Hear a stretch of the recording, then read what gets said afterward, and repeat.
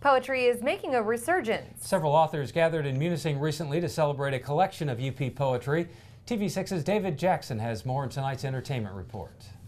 To try it once again, one must stay open. In the days of school, the art form is taught to students, but once graduated, they rarely feel the need to read a simple verse. Although to some, the still of poetry sings quite loud. Poets are privileged in that they oftentimes do have an opportunity to say the thing that's inconvenient and that needs to be said, and that's not necessarily waiting on a population of people who are hungry to hear it. Authors say poetry is becoming popular once again as an outlet of both expression and to hear unheard points of view. I think poetry is really one of those spaces within the culture that offers us an opportunity to listen to people we might not otherwise have an opportunity to listen to. Poetry is mostly associated with greeting cards and Shakespeare, but writers say poetry is more than simple flowery lines.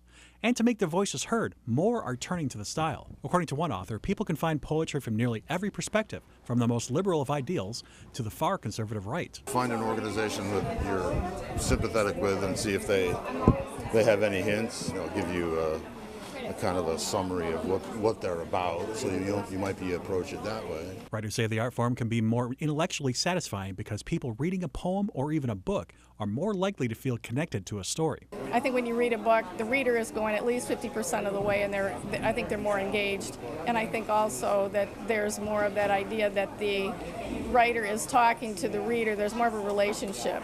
The authors say coming back to poetry may surprise people accustomed to only hearing a single perspective, and finding examples are as simple as searching the web. In Munising, I'm David Jackson for TV6 News.